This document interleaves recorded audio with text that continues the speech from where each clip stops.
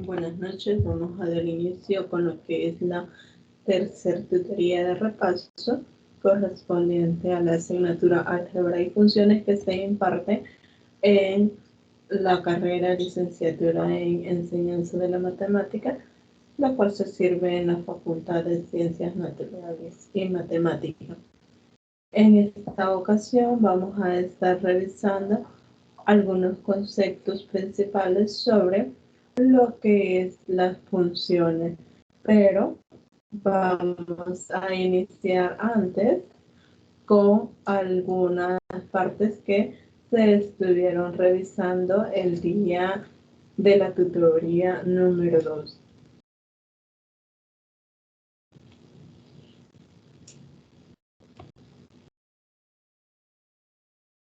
Lo que vamos a estar realizando en esta ocasión son los conceptos de expresión algebraica, una ecuación lineal, ecuación cuadrática, el concepto de función, dominio y codominio, el dominio y codominio de una función inversa.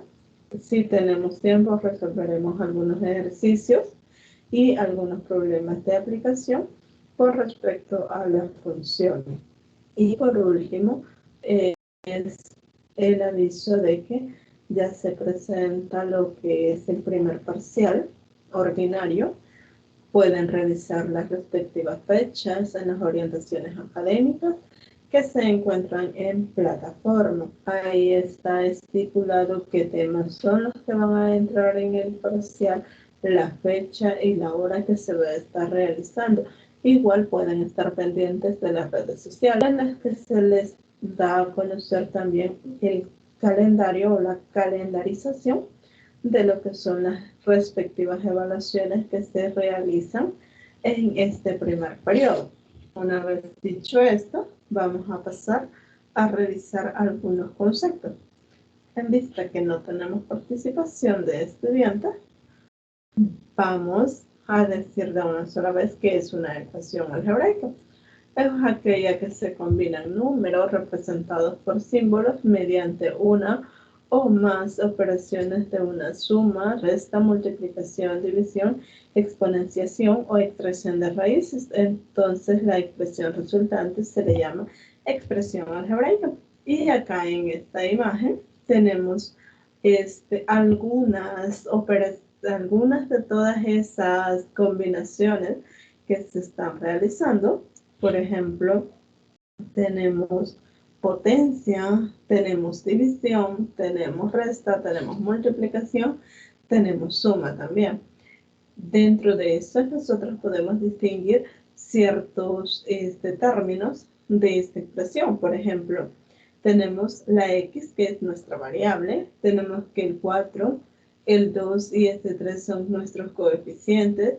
Los símbolos de las operaciones aritméticas son, en este caso, los operadores más, por, menos, y la división tenemos un exponente y tenemos también paréntesis, todo lo que está involucrado dentro de una expresión.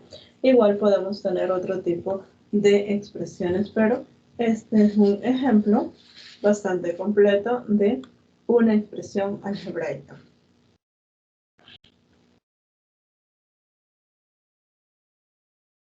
Vamos a ver ahora lo que es el concepto de una ecuación.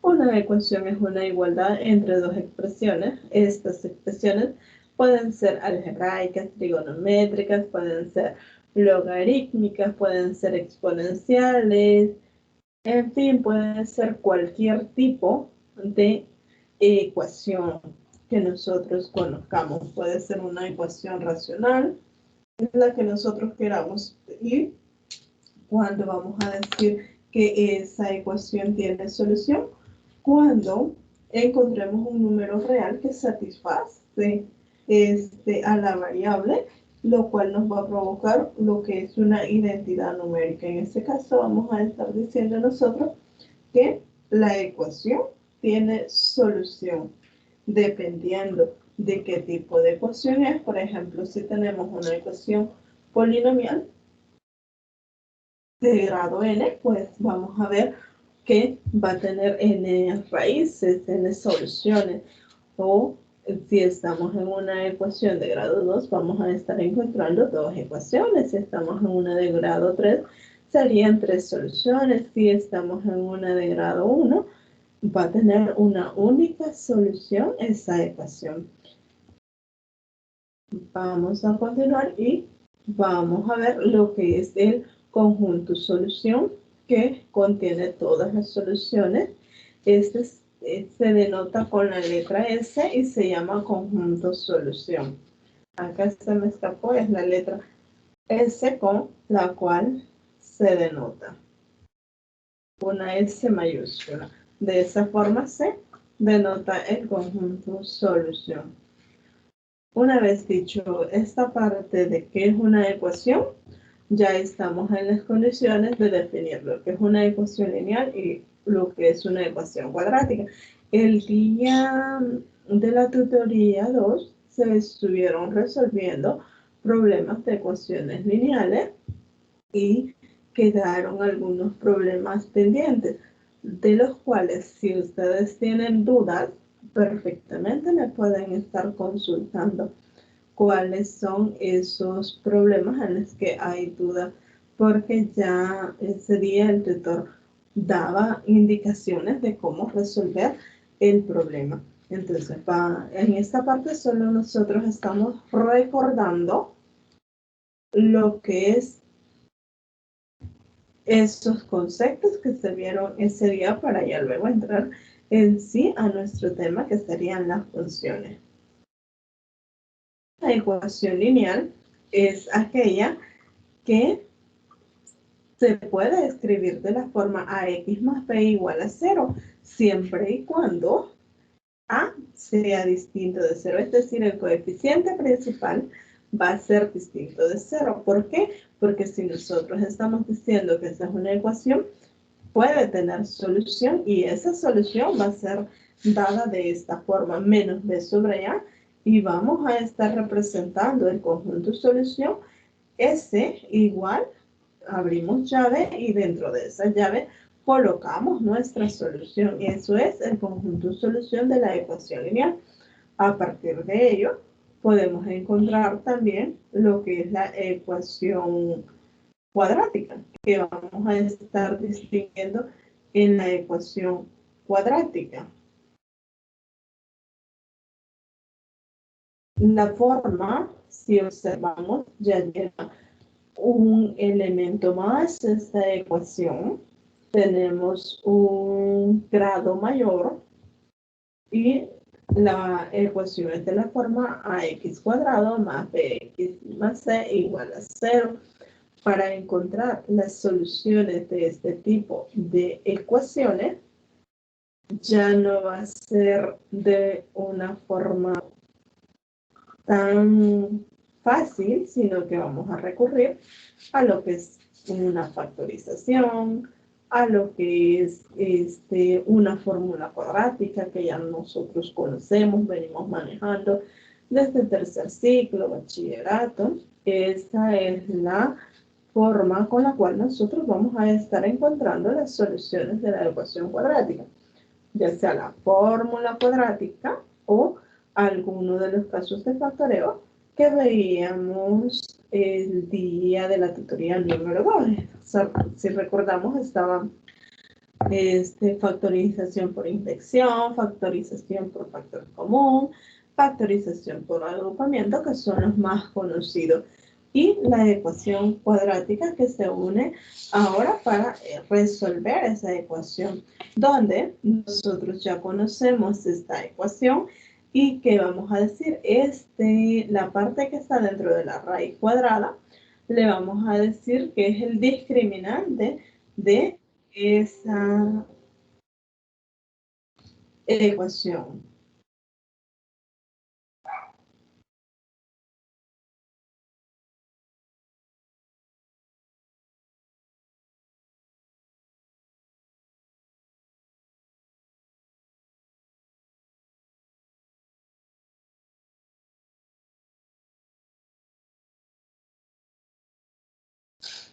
Una vez tenemos eso, Aquí vemos cómo se relaciona tanto la ecuación lineal como la ecuación cuadrática.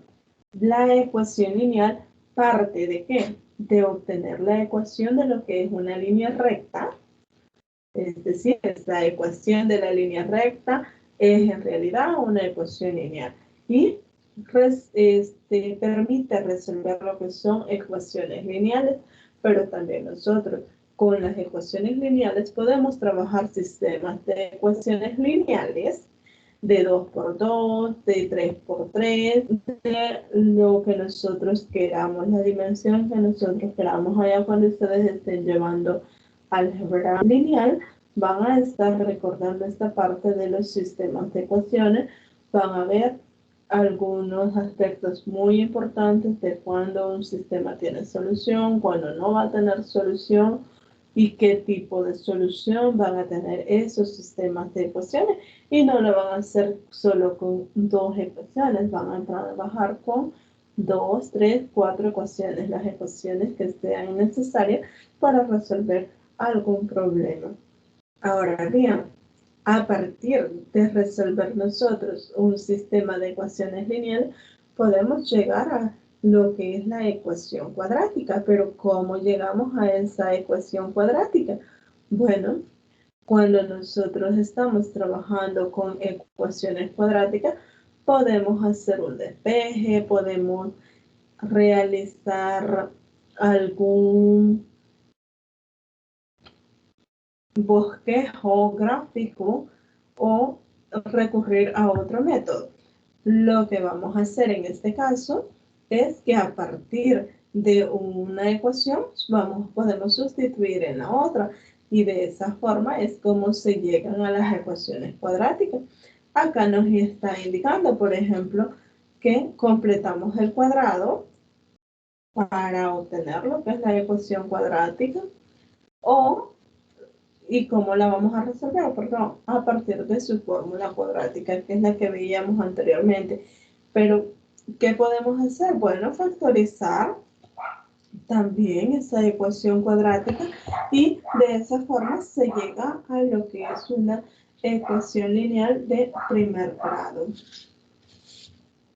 ¿Cuál va a ser la diferencia entre una ecuación lineal y una ecuación cuadrática? Podemos decir que el grado es una gran diferencia.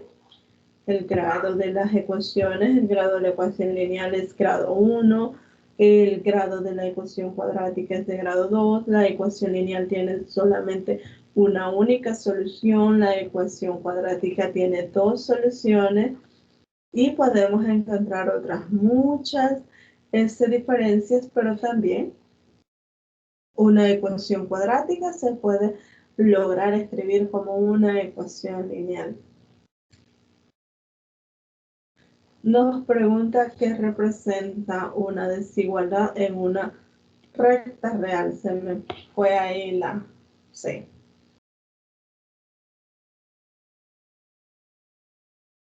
En una recta real. Bueno, lo primero es que una desigualdad va a ser de la forma, por ejemplo, si estamos en una desigualdad lineal, sería AX más B menor que C, puede estar de este tipo, puede ser AX más B mayor que C, que significa que nosotros podemos encontrar ese valor de X a partir de 0 el despeje, siempre manteniendo esa desigualdad y a partir de ello vamos a estar determinando, por ejemplo, hasta dónde estaríamos llegando. Por ejemplo, si nosotros dijéramos que tenemos la ecuación 3x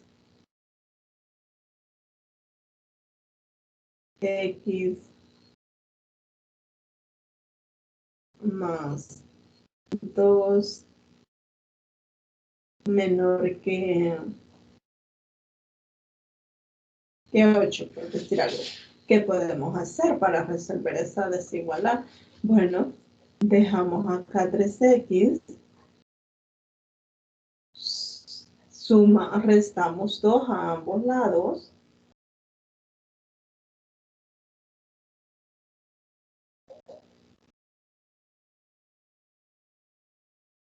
Aquí nos quedaría 3x nada más.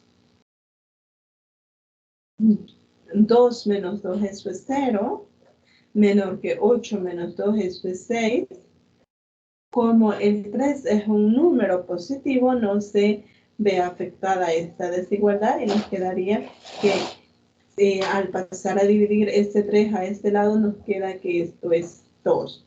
Es decir, si nosotros nos vamos a la recta real, esa desigualdad se ve satisfecha por todos los números reales menores que 2, es decir, por toda esta parte de acá va a estar siendo satisfecha o se va a poder va a ser verdadera esa desigualdad. Pero ya si nosotros decimos que x sea 3, entonces ya no se va a mantener la verdad cierta esa desigualdad. Entonces debemos de tener ese cuidado. Si hubiésemos dicho que era mayor que 2, la desigualdad hubiera sido mayor que 2, entonces esa desigualdad hubiera sido cierta siempre y cuando estuviéramos en la parte de los positivos. En eso, o de esa forma, se representa una desigualdad en una recta real. Eso es lo que nos viene a dar a entender.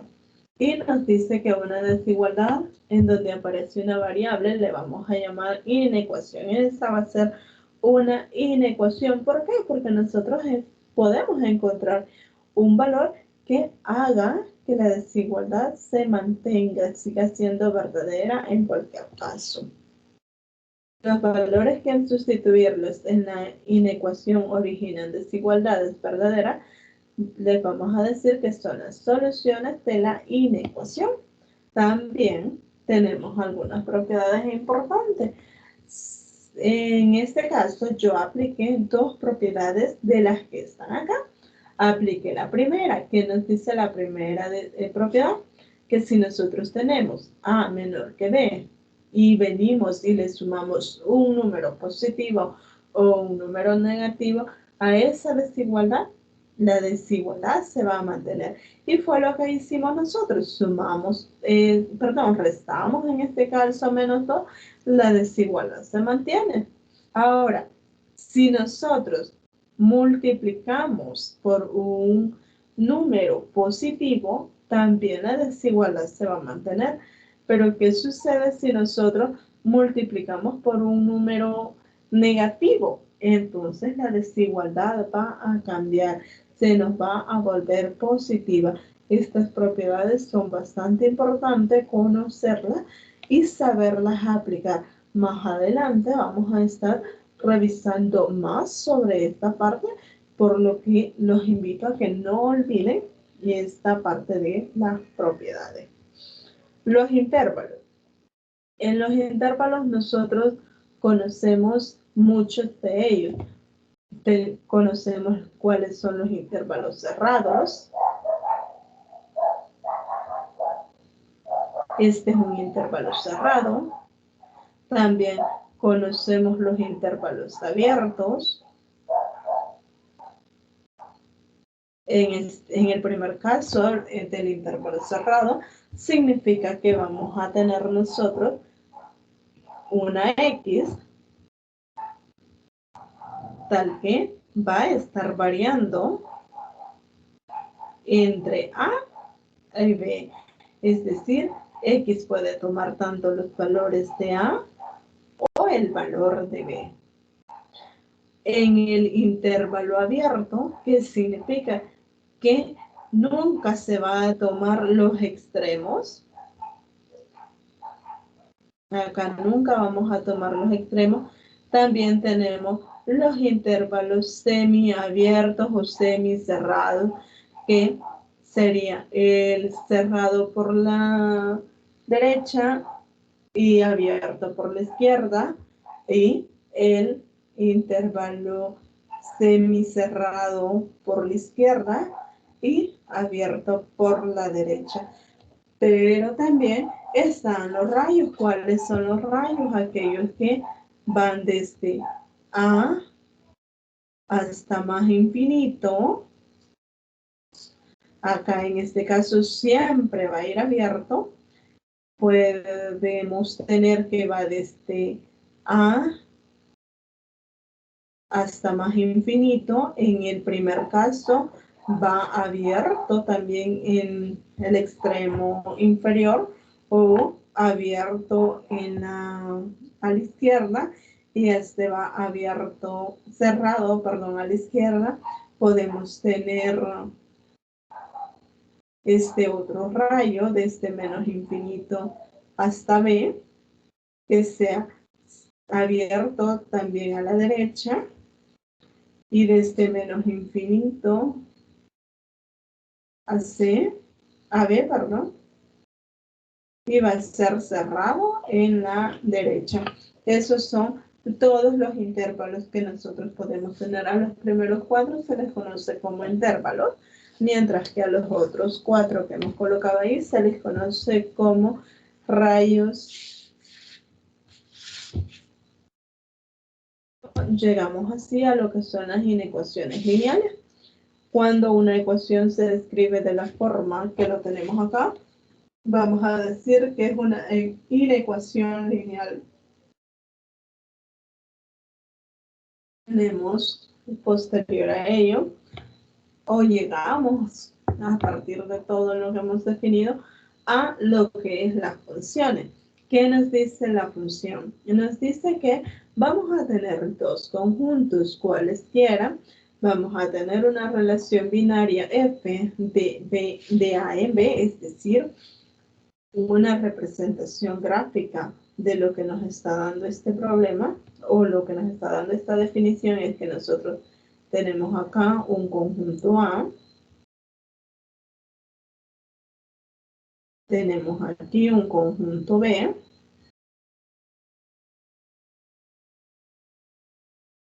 y tenemos acá la función f.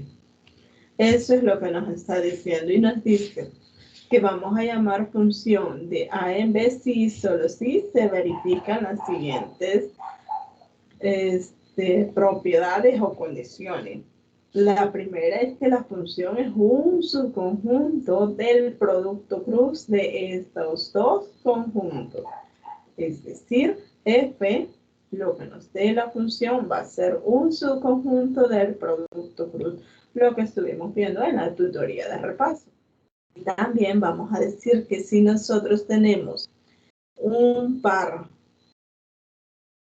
A, B, donde A pertenece al primer conjunto, B pertenece al segundo conjunto, y otro par donde A pertenece al primer conjunto, C pertenece al segundo conjunto. Entonces, por ser A la preimagen, B debe de ser igual a C. Si esto no se cumple de esta forma, entonces nosotros vamos a decir que eso no es una función. ¿Por qué? Porque si nosotros tenemos una única imagen, preimagen, debemos de tener una única imagen en el conjunto de llegada para que sea una función. En cambio, en una relación no podemos tener que esto vaya, esta va acá y también va acá.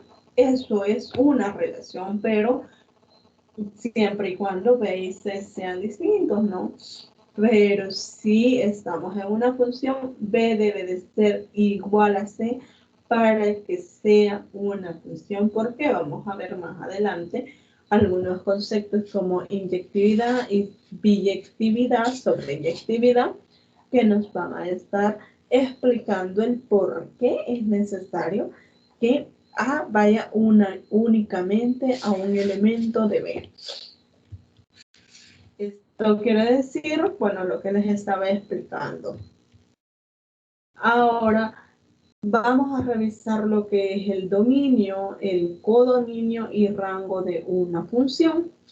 Ojo con eso, no hay que confundir codominio y rango, no es lo mismo. En algunas partes dicen dominio, codominio o rango, lo dan como que fuera el mismo, no es lo mismo un codominio y un rango. Ya vamos a ver la diferencia de uno con la diferencia del otro. ¿Qué vamos a decir que es el dominio? Vamos a decir que el dominio lo vamos a denotar por la letra D de una función al conjunto formado por todos los valores posibles que puede tomar la variable independiente. Ese va a ser el dominio de una función. En uno de los materiales de apoyo que se encuentra en plataforma también está el dominio máximo. ¿Cuáles son todos los valores? Ojo acá, en el dominio nos dice todos los valores posibles. El dominio máximo es todos los valores que toma la variable independiente, no todos los posibles. Es decir, hay que tener ese cuidado. El dominio es todos los posibles valores. Ya el dominio máximo son los valores que está tomando la función. También tenemos el codominio. ¿Qué vamos a entender nosotros por codominio? Al conjunto formado por todos los valores posibles que puede tomar la variable dependiente. A eso le vamos a llamar codominio. Mientras que el rango, ¿qué va a ser? Es el mismo rango o ámbito de una función. Y nos dice que si nosotros tenemos una función f que va de a en b, el conjunto de los elementos del conjunto B, que son imágenes de al menos un elemento en el conjunto A, se llama ámbito o rango de la función y se denota por f de A. En notación de conjuntos, el ámbito o rango de una función se puede expresar de esta forma. Y esto es lo que nosotros vamos a estar determinando cuando estemos trabajando con funciones que vamos a estar realizando. Vamos a ver dónde es la función, si está definida, no todo, y vamos a estar trabajando estrictamente en los términos, en los valores que cumplen o satisfacen esta ecuación, no en todos. Entonces, este es el cuidado que debemos de tener.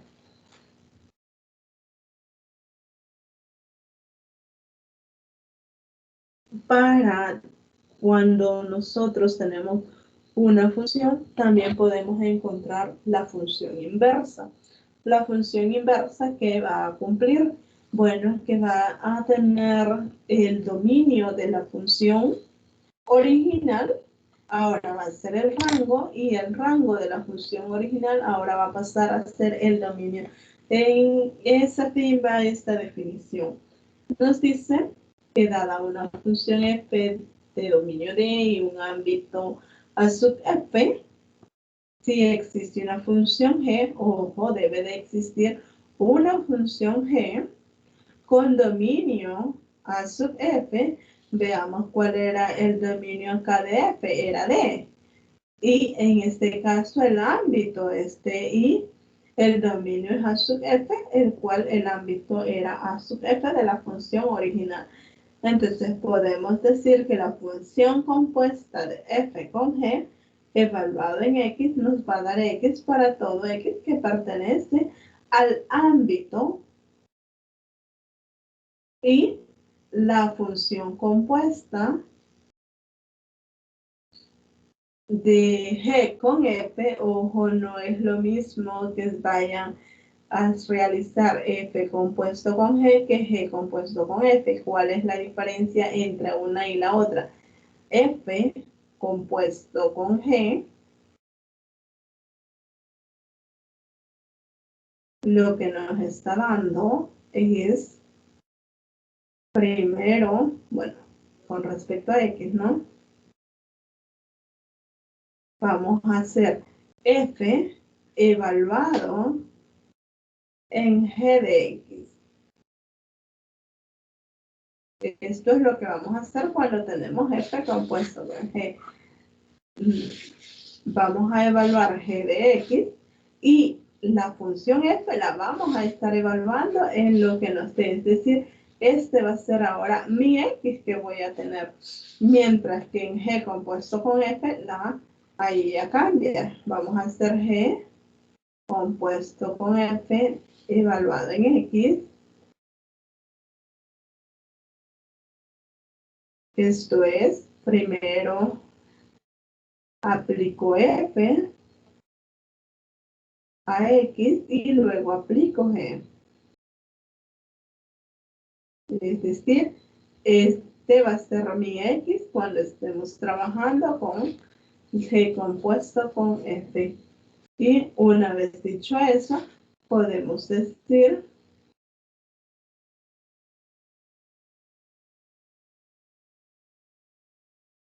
que queremos encontrar la inversa de una función, porque aquí es cuando aseguramos que existe esta función y nos dan esta función o queramos verificar que de esas dos funciones que nos están dando son inversas, es decir, una es la inversa de la otra. Pero cuando no nos están dando esa función, y lo más pertinente sería encontrar quién es esa función inversa. ¿Qué vamos a hacer? Bueno, primero vamos a escribir a y, como nos dice en la definición, y igual a f de x. Luego de que hemos escrito y igual a f de x, vamos a expresar x en función de y de esta manera vamos a estar haciendo algunos despejes correspondientes para estar trabajando con esta parte y determinar quién es la función inversa de la que nos están dando, que más vamos a estar trabajando esta parte. Rara vez vamos a trabajar con las funciones compuestas para determinar que sean inversas una función de la otra. Más que todo vamos a trabajar con esto y hay que dedicarle mayor atención a esta parte, a cómo encontrar esta función inversa, porque muchas veces nos van a pedir encuentren la función inversa de esta función. No nos van a decir verifiquen, o tal vez nos lo pueden decir, pero va a ser allá bien raro, ¿no? Entonces debemos de tener este cuidadito. Llegamos así a lo que son las propiedades de la función. Primero vamos a decir que una función va a ser estrictamente creciente cuando nosotros vamos a tener lo siguiente.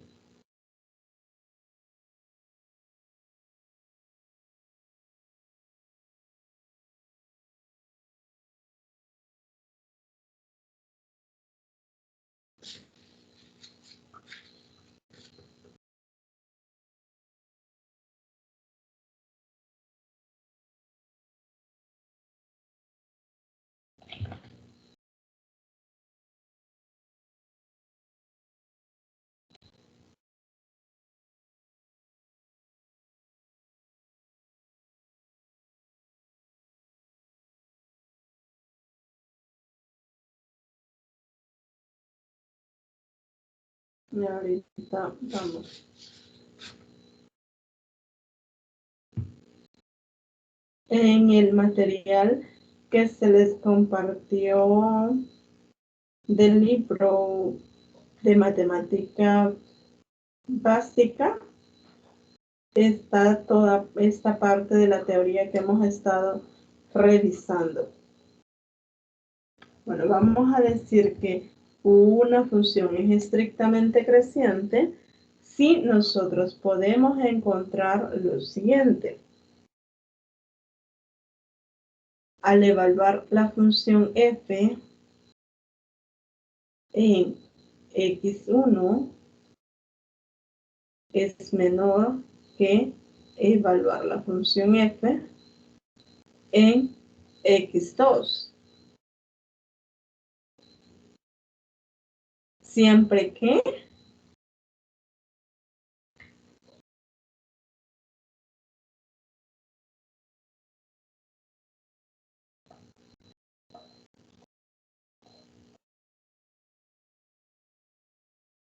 siempre que x1 sea menor que x2. Es decir, si nosotros tenemos una gráfica, vamos a decir que esta función es creciente si nos tomamos, por ejemplo, acá un x1, aquí un x2, entonces acá vamos a tener x1, x2.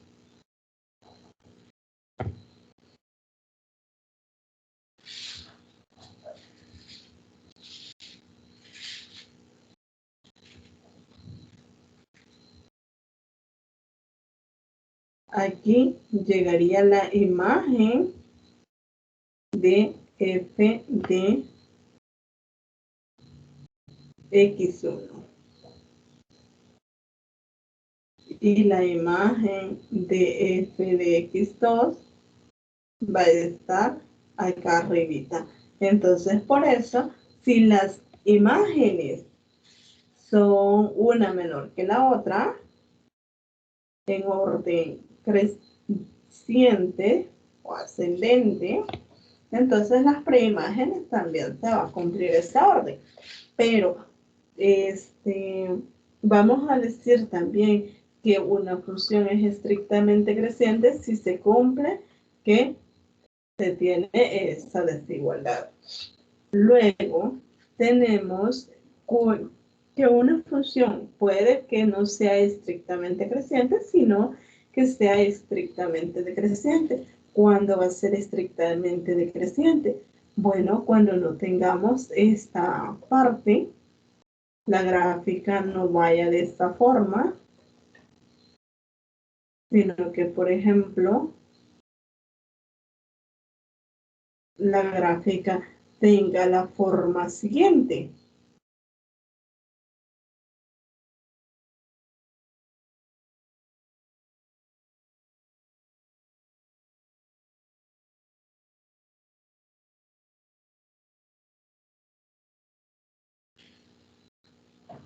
En este caso, aquí sería la imagen de f de x1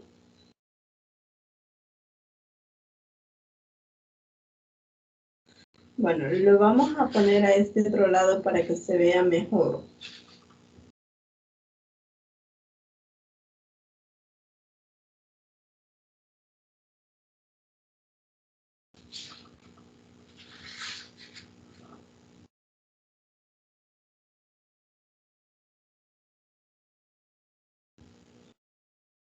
Vamos a decir que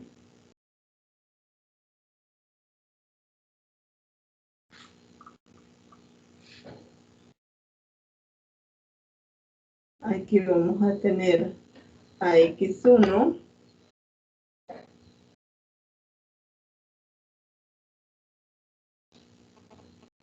este va a ser x2.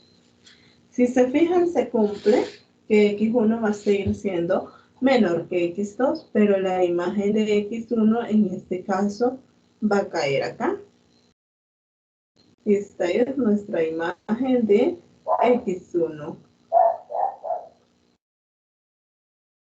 Ahora, la imagen de x2 va a estar en el eje negativo de la y. Aquí tendríamos nuestra imagen de x2. En este caso, vamos a decir que la función es decreciente, estrictamente decreciente, o que es decreciente nada más. Voy a escribir acá la formulita que se nos va a estar cumpliendo. Siempre que x1 sea menor que x2,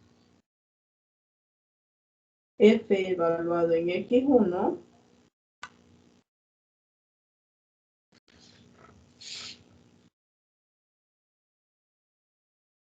va a ser mayor que f evaluado en x2. ¿Cuándo va a ser estrictamente decreciente? cuando se cumpla la desigualdad. En este caso vamos a decir que la función es estrictamente decreciente. Luego tenemos otro concepto y es el de una función monótona. Una función puede ser creciente y decreciente a la vez. Un ejemplo es, por ejemplo, la función cuadrática que representa una parábola.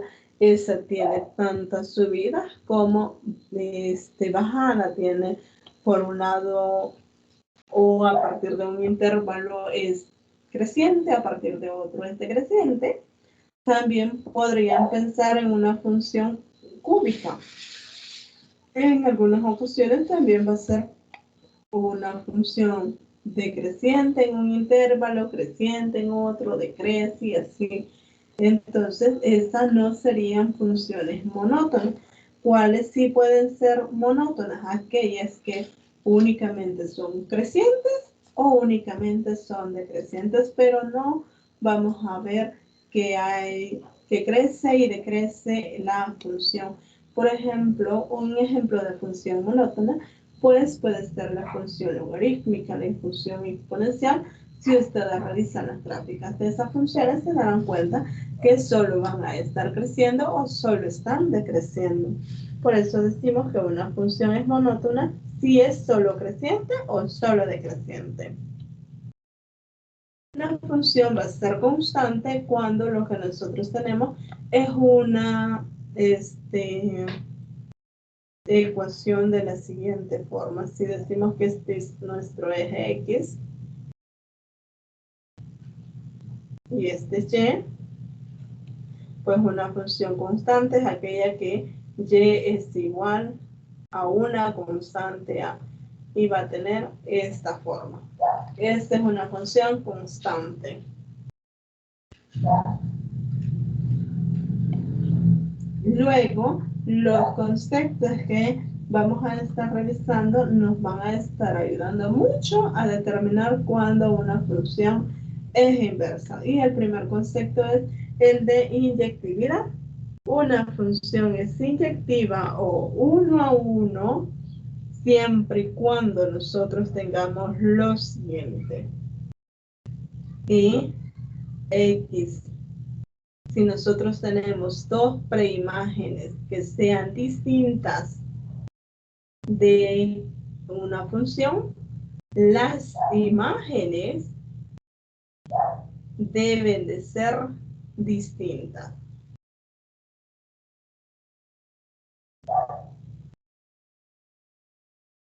Si se cumple eso, entonces vamos a decir que la función es inyectiva. Más que todo se parte cuando se está trabajando o intentando demostrar que una función es inyectiva, vamos a partir de suponer que las imágenes son ciertas y debemos de llegar a probar que las preimágenes también son ciertas. Es decir, vamos a decir que f de x1 va a ser igual a f de x2 y a partir de ello vamos nosotros a determinar que estas imágenes, a partir de esta prueba que vamos a hacer, vamos a determinar que x1 no le queda otra que ser x2. Si no llegamos a concluir esto, entonces vamos a decir que no es inyectiva esa función. Luego tenemos la sobreyectividad. En este caso de la sobreyectividad, vamos a tener, bueno, algo que se me escapó en la parte de inyectividad, es que si la ecuación y igual a f de x, y esta ecuación,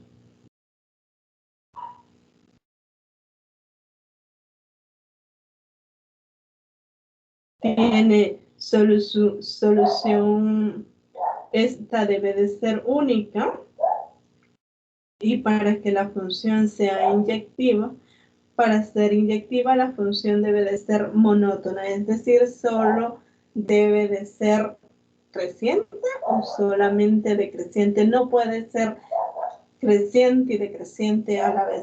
Entonces, la función, por ejemplo, parabólica no va a ser una función inyectiva. ¿Por qué? Veamos por qué no va a ser una función inyectiva la función cuadrática.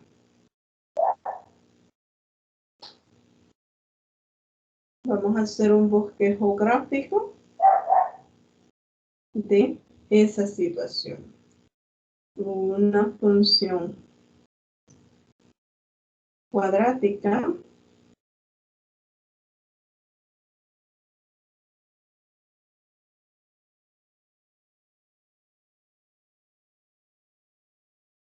por ejemplo, de esta forma.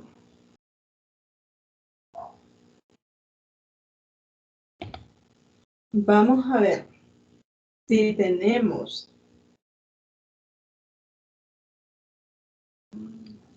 la puse muy acá.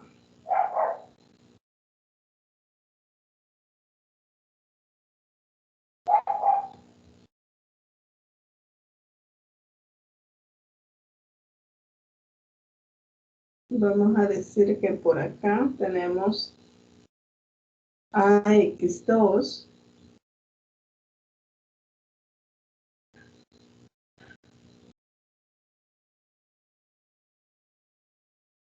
y por acá vamos a tener AX1. ¿Qué está sucediendo? Que f de x1 es igual a f de x2. ¿Y qué pasa? Las preimágenes son distintas, entonces esta no puede ser una función inyectiva. Ya sabemos nosotros que esta es una función, no es una función monótona, por lo tanto no es inyectiva, ya que toda función monótona va a ser siempre inyectiva porque solo va a ser creciente o solo va a ser decreciente. Y piensen ustedes en la ecuación de la circunferencia. ¿Será que esta ecuación o la gráfica de esa ecuación nos va a dar que es una función inyectiva? ¿Será que va a ser monótona? Los dejo esa inquietud para que ustedes piensen en eso. Entonces, a partir de esta demostración, nosotros podemos decir que una forma alterna para demostrar que una función es inyectiva es mediante la forma gráfica. ¿Qué sucede en la gráfica? Vemos que si nosotros trazamos una recta paralela al eje X, se está cortando en dos puntos diferentes a la función. Si nosotros queremos demostrar que una función no es inyectiva, podemos hacer esto de la representación gráfica y ver que si trazamos una recta paralela al eje X, corte a la función en dos puntos distintos, y si es así, vamos a decir que la función no es inyectiva. Si la corta solo en un punto distinto, entonces esa función sí va a ser inyectiva. La sobreyectividad, esta ya viene en otro sentido, puesto que para ello vamos a estar determinando, por ejemplo, vamos a decir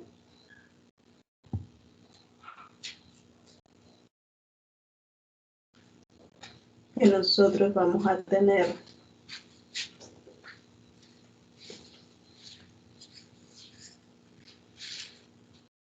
un B en el codominio. Ojo, este B pertenece al codominio. El codominio dijimos que son todos los valores posibles y vamos a tener que va a existir un A en el dominio de la función tal que B debe de ser igual a f de A. Es decir, vamos a resolver nosotros esta ecuación B igual a f de A tal que se satisfaga, y si se satisface, pues vamos a estar diciendo que la función es sobreyectiva para esos valores que hemos encontrado. Una forma alterna para revisar cuando una función es sobreyectiva, si lo queremos ver mediante una gráfica, pues es trazar rectas paralelas al eje Y. Si la recta paralela al eje Y corta la función únicamente en un punto, entonces la función va a ser sobreyectiva. Si la corta en más de 2 puntos, entonces la función no es sobreyectiva. Una vez conocemos estos dos términos de inyectividad y sobreyectividad, vamos a llegar a lo que es la biyectividad. Una función va a ser biyectiva si es inyectiva y sobreyectiva a la vez, es decir, que se cumple estas dos, inyectividad y sobreyectividad a la vez. Si falla uno, ya vamos a decir que esa función no es biyectiva. Con uno que falle, le diremos que esta función no es biyectiva. Y toda función que sea invertible debe de ser biyectiva y debe de ser biyectiva, es decir, implica que debe de ser inyectiva y sobreyectiva para que una función tenga inversa. Posterior, tenemos lo que es una función positiva. Una función va a ser positiva si nosotros podemos encontrar que f evaluado en x va a ser igual a tener f evaluado en menos x. Una función típica que cumple con ser positiva es la función coseno. Si nosotros evaluamos, por ejemplo, coseno de un ángulo y lo evaluamos en el coseno de ese mismo ángulo, pero ahora negativo, entonces vamos a estar viendo que esa va a ser positiva. Vamos a obtener siempre lo mismo, mientras que tenemos lo que es una función negativa, es aquella en la cual nosotros vamos a tener, voy a escribir lo de la positiva acá,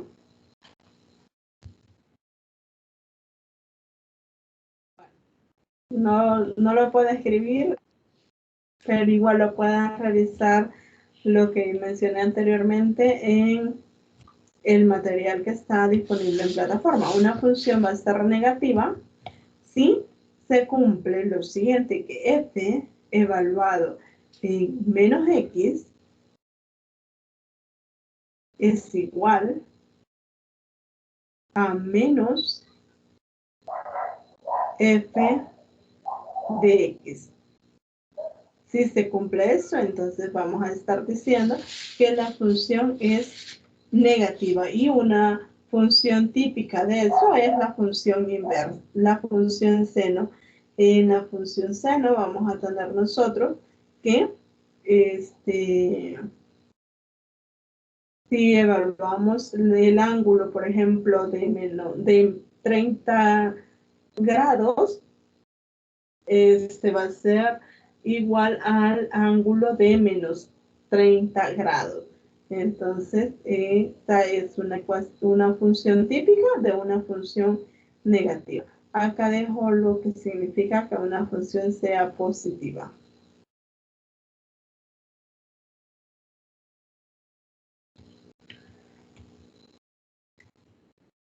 Luego tenemos, perdón, mil disculpas. Esto es cuando la función es par. Una función va a ser positiva, perdón, si se cumple que f de x sea mayor que 0. Y va a ser negativa si f de x es menor que 0.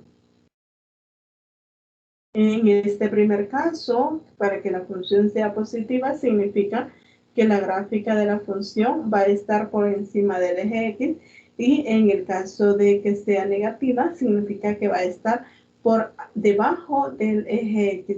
Una función par va a ser aquella que se cumpla esto, que f evaluado en menos x es igual a f de x, y el ejemplo sí sigue siendo el mismo, el del coseno. Por ejemplo, si nosotros evaluamos coseno de 30 grados y evaluamos coseno de menos 30 grados, nos va a dar lo mismo.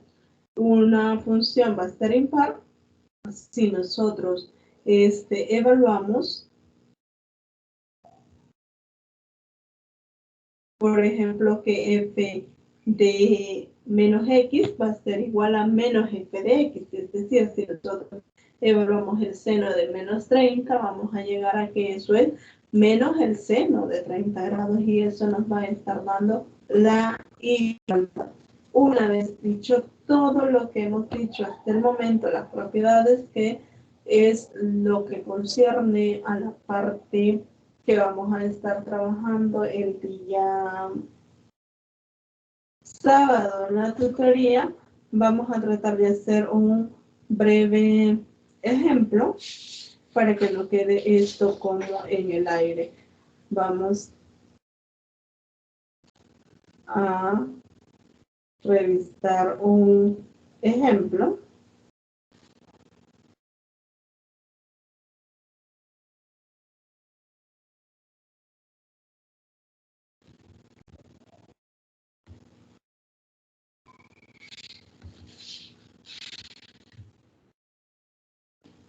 Les presento la pizarra a continuación.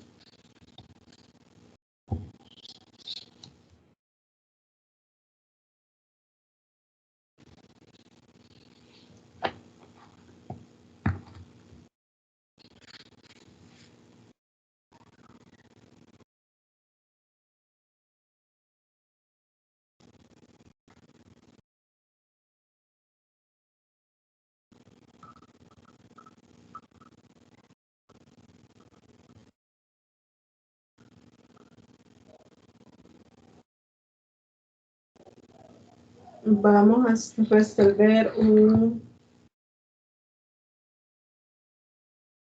ejemplo de los que quedaron pendientes el día de la tutoría, el día sábado en la tutoría de ordinaria 2.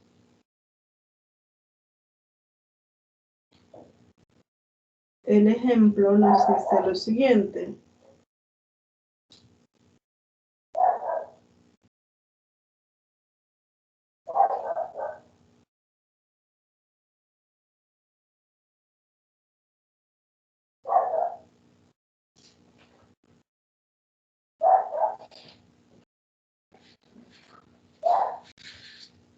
Lo voy a colocar acá.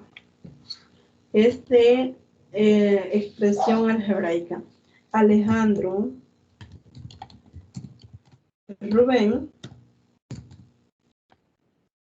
venden sus fricciones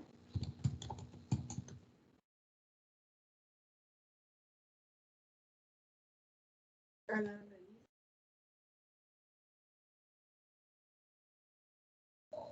tiempo libre.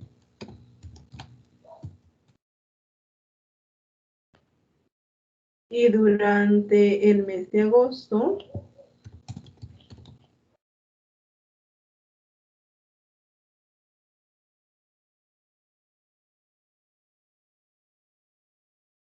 Alejandro vendió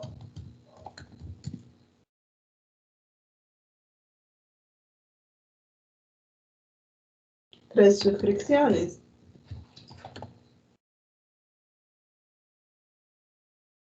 Menos el cuádruplo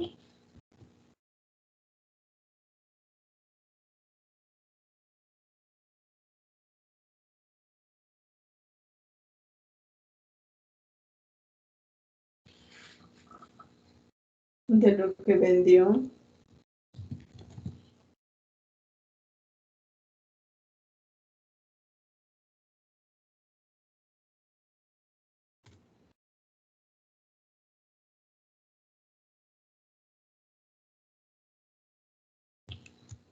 vendió Rubén. Sabemos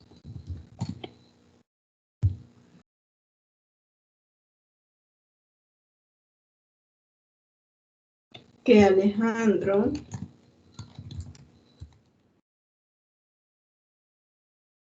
vendió 61 suscripciones.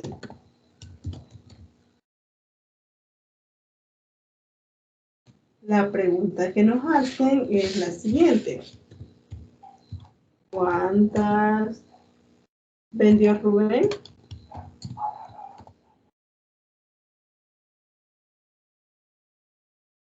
Lo primero que debemos de hacer es identificar lo que nos está diciendo el problema. Primero es identificar qué es lo que nos está diciendo el problema. Bueno, nos dan a 2 vendedores y nos dicen que Alejandro vendió 3 suscripciones menos el cuádruplo de lo que vendió Rubén.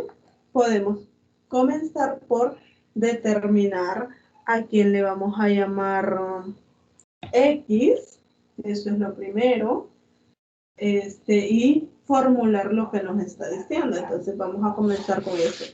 Vamos a decir que sea X el número de suscripciones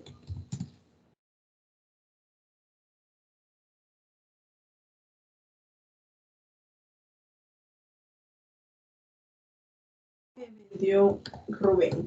¿Por qué a X le estamos llamando el número de suscripciones que vendió Rubén? Porque queremos saber cuántas vendió Rubén. Y si no sabemos, pues llamamos X a ello. Luego, ¿qué nos dice? Nos dice que Alejandro vendió 3 suscripciones menos el cuádruplo de lo que vendió Rubén. Es decir, ¿cómo formulamos? 3 suscripciones menos, entonces es un número negativo, es menos 3. El cuádruplo de lo que vendió Rubén. El cuádruplo viene de 4, entonces 4. ¿Cuántas vendió Rubén? No sabemos. Le hemos dicho que vendió X suscripciones. De esta forma vamos a determinar también cuántas son las que vendieron en total. Estas son las suscripciones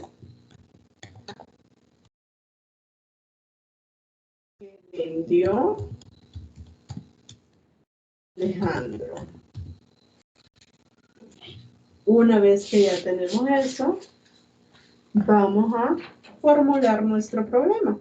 Nos dice que 4x menos 3 es igual a ¿cuántas vendió Alejandro? Alejandro vendió 61.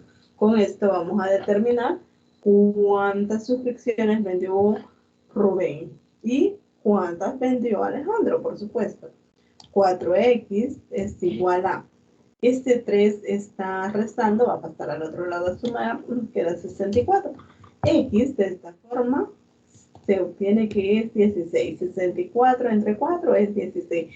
Por lo tanto, concluimos que Rubén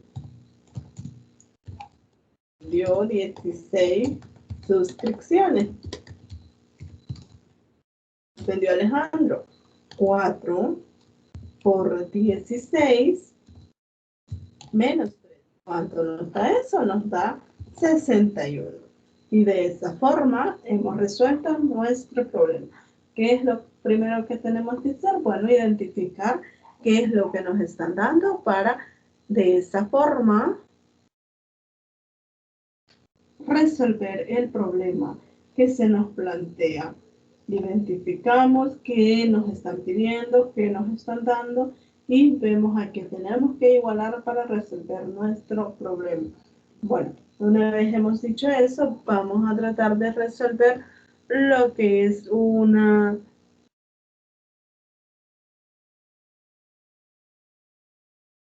la siguiente desigualdad.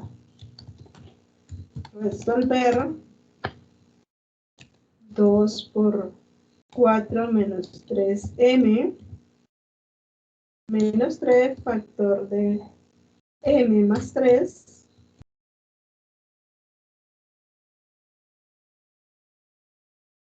mayor o igual a 10. ¿Qué vamos a hacer en este caso? Vamos a trabajar con esta partecita que tenemos acá. 4 menos 3m menos 3 factor de m más 3 va a ser mayor o igual que 10. Vamos a ver cuánto vale m. 2 por 4 nos da 8, menos 2 por 3 nos da menos 6. M menos 3 por m nos da menos 3m. Menos por más nos da menos. 3 por 3 nos da 9. Mayor o igual que 10. ¿Cuánto nos queda acá? Menos 9. M. 8 menos 9 nos da menos 1. Mayor o igual que 10. 9m. Este menos 1 está restando, lo podemos pasar a este otro lado a sumar. Y nos va a quedar 10 más 1, nos queda 11. ¿Qué vamos a hacer ahora? Ojo en esta parte. Como vamos a dividir entre un número negativo, pues la desigualdad se va a estar invirtiendo y nos va a quedar que m va a ser menor o igual que menos 11 novenos. Porque estamos dividiendo entre un número negativo, entonces la desigualdad se nos va a estar invirtiendo. Ahora, esto también podemos resolver el siguiente ejemplo.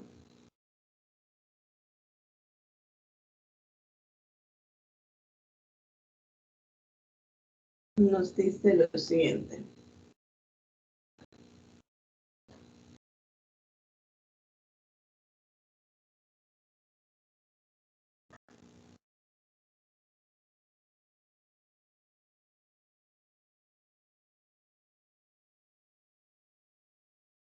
Resolver 3 más 5 sobre 2f menos 3 igual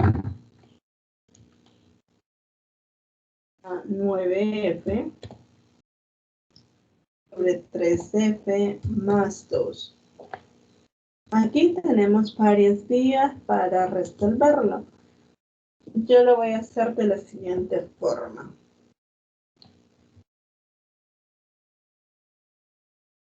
3 más 5 sobre 2f menos 3 igual a 9f sobre 3f más 2.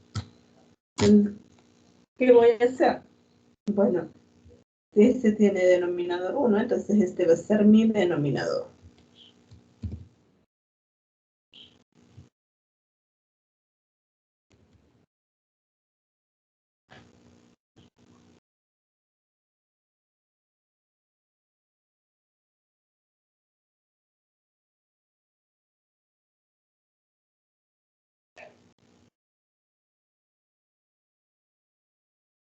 Va a quedar 3 por 2f menos 3 más 5. ¿Por qué? porque 2f menos 3 entre 1, eso es a 2f menos 3 por este 3 es lo que estamos indicando acá, más 5. ¿Por qué? Porque 2f menos 3 entre 2f menos 3 está 1 por 5, nos queda nada más 5. 2f menos 3 igual a 9f sobre más 2. Una vez tenemos eso, ya podemos resolver esta parte de acá y nos quedaría 3 por 2, 6f menos 9 más 5 sobre 2f menos 3 igual a 9f sobre 3f más 2. ¿Y esto qué resulta? 6f menos 4 sobre 2f menos 3 va a ser igual a 9f sobre 3f más 2. Ahora, ¿qué podemos hacer? Vamos a hacer uso de las propiedades que nosotros conocemos de división de fracciones o igualación de fracciones. Vamos a multiplicar de forma cruzada. Esto es 6f menos 4 por 3f más 2 igual a, perdón, acá es f, no es f, 9f factor de 2f menos 3. Y de esta forma ya la convertimos en una ecuación lineal y de hecho la vamos a convertir en una función o ecuación cuadrática. ¿Por qué? Porque al multiplicar nos va a salir que f queda elevado al cuadrado. 6f por 3f nos da 18f al cuadrado. 6f por 2 nos da 12f. Menos por más nos da menos. 4 por 3f nos da 12f. Menos por más nos da menos. 4 por 2 nos da 8. Igual a 9f por 2f nos da 18f al cuadrado.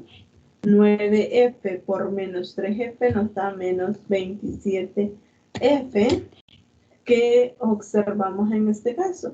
Bueno, que hay algunos términos que se nos van a estar yendo. Por ejemplo, 18f se nos va con 18f.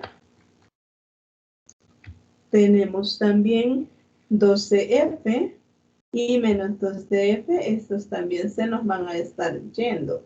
Y nos va a quedar únicamente menos 8 igual a menos 27f. ¿Cuánto va a valer f entonces?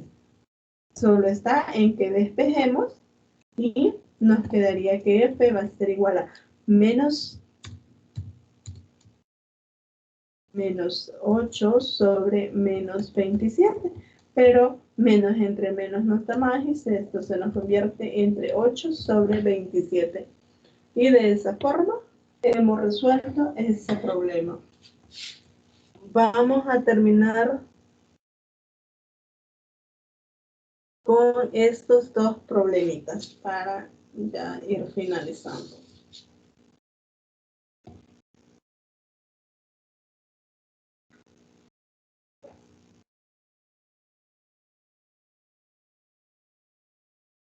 Nos dice lo siguiente.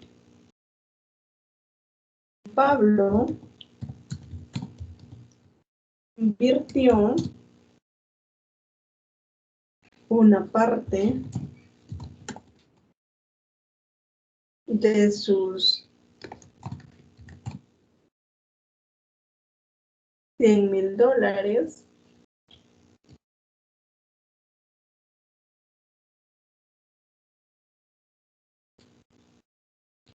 en un certificado de ahorro.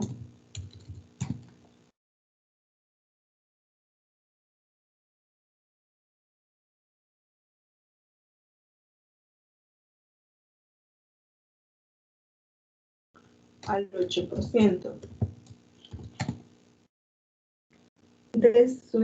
de interés simple.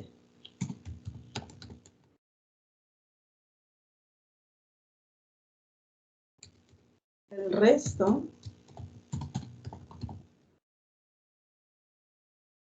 en otro título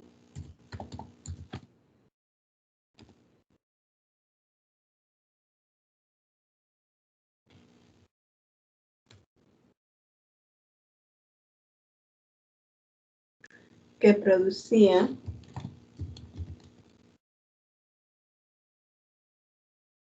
ese por ciento, si recibió en total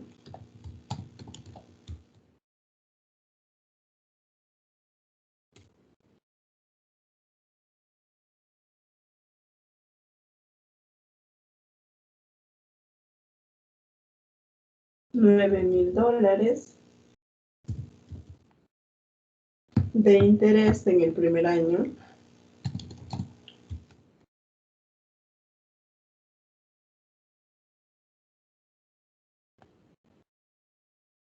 ¿cuánto dinero?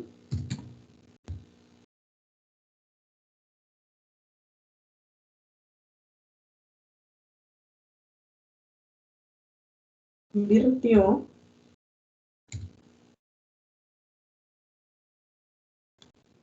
en cada título.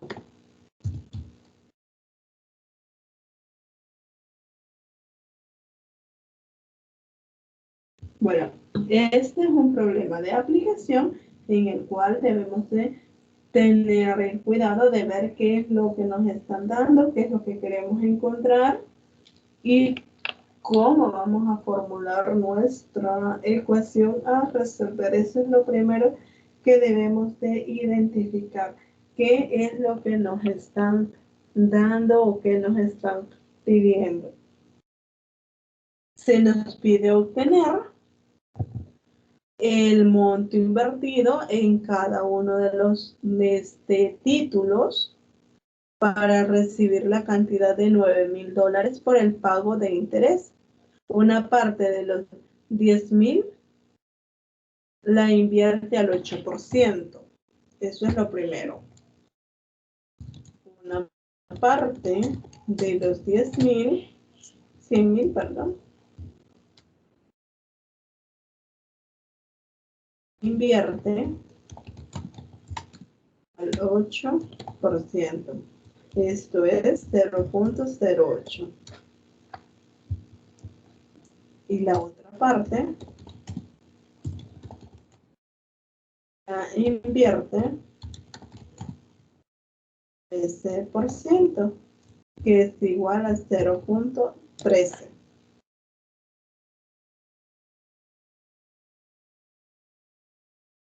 Los intereses recibidos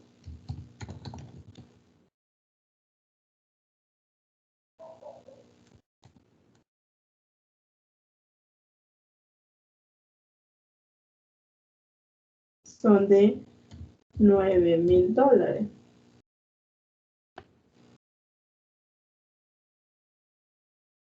Entonces, ¿qué es lo primero que vamos a determinar?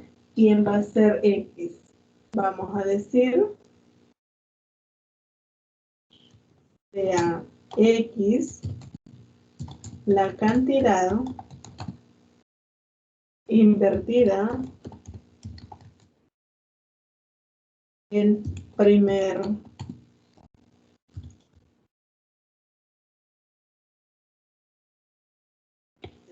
y cuánto invirtió en el segundo título.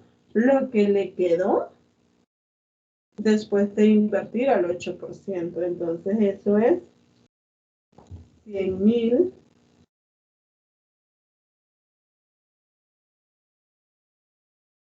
menos X,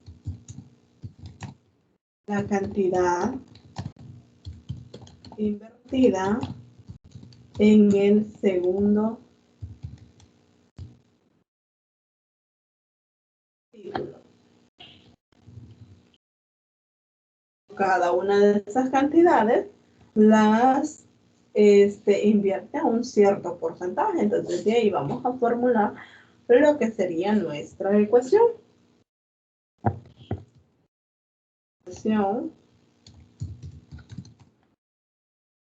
A resolver será la siguiente. X, la cantidad que invierte al primer título, la invierte a un 8%, y eso es 0.08x, más la cantidad que invierte en el segundo título, que sería los 100.000 menos X, los invierte a un 13%.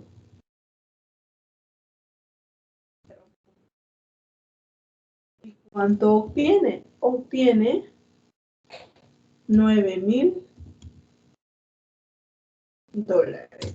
Entonces, esta es la ecuación que nosotros debemos resolver. Esto nos queda 0.08x más 13 por los 100.000 nos da 13.000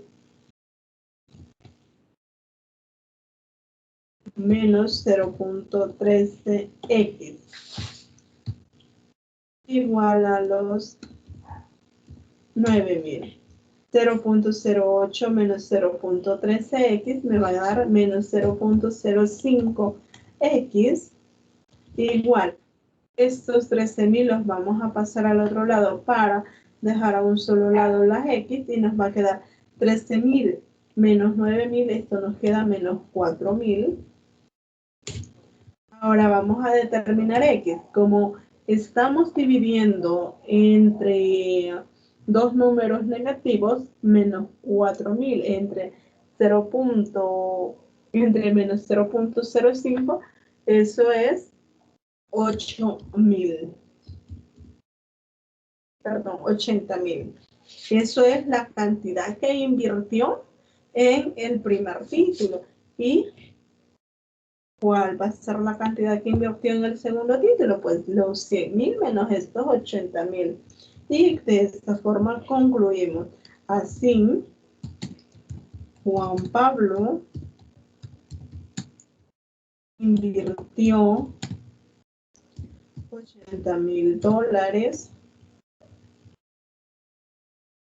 al 8%. Y 20.000 dólares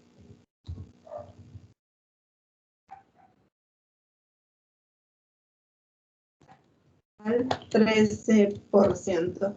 De esa forma concluimos lo que nos pedía el problema. La siguiente ya es de desigualdades para en la clase del día, en la tutoría, perdón, del día sábado, entrar a trabajar únicamente funciones. Nos pide encontrar el intervalo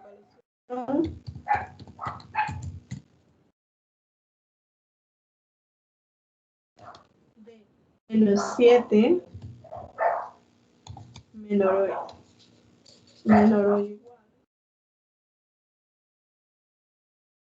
que 3x más 2 menor que 14. Esta desigualdad nos está pidiendo encontrar. Y este va a ser un tipo de desigualdad compuesta o desigualdad simultánea. La podemos resolver de dos vías. Una, que creo que es la que más conocemos, menos 7 menor o igual que 3x más 2 menor que 14. ¿Qué vamos a hacer? Bueno, nosotros vamos a andar en busca de dejar solamente a 3x para luego dejar solo a x en medio. Para ello vamos a hacer lo siguiente. Este 2 está sumando, vamos a restar a ambos lados de esa desigualdad por menos 2 para eliminar. Entonces nos queda menos 7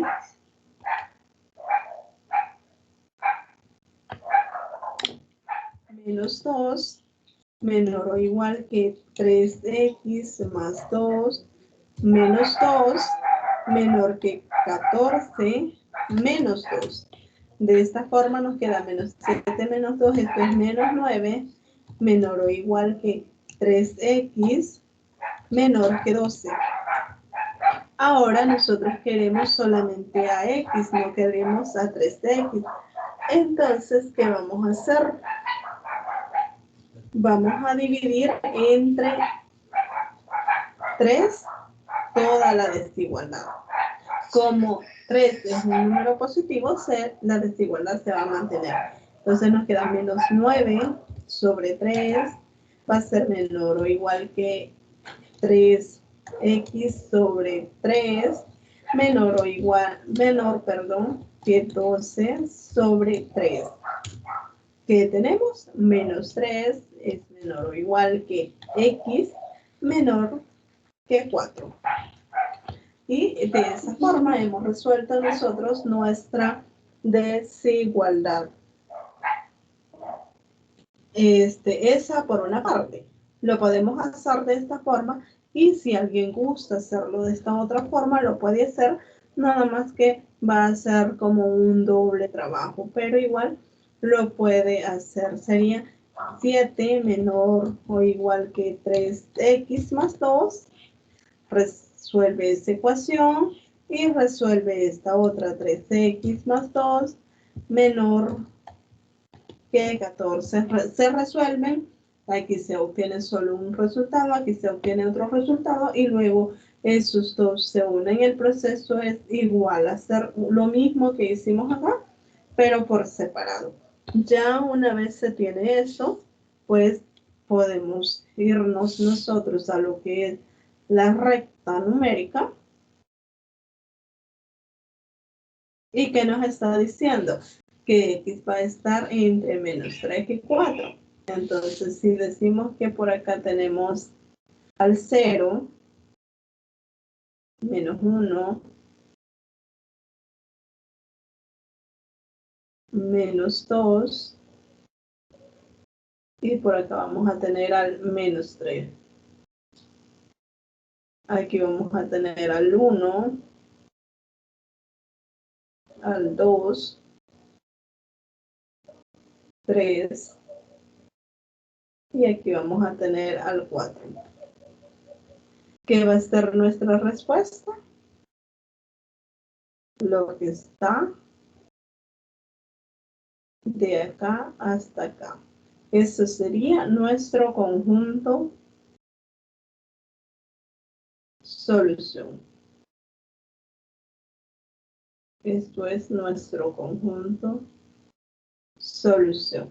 ¿Por qué lo tomo cerrado? Porque acá está tomando al menos 3, pero acá no lo está tomando. Entonces, de esta forma se realizan estos problemas de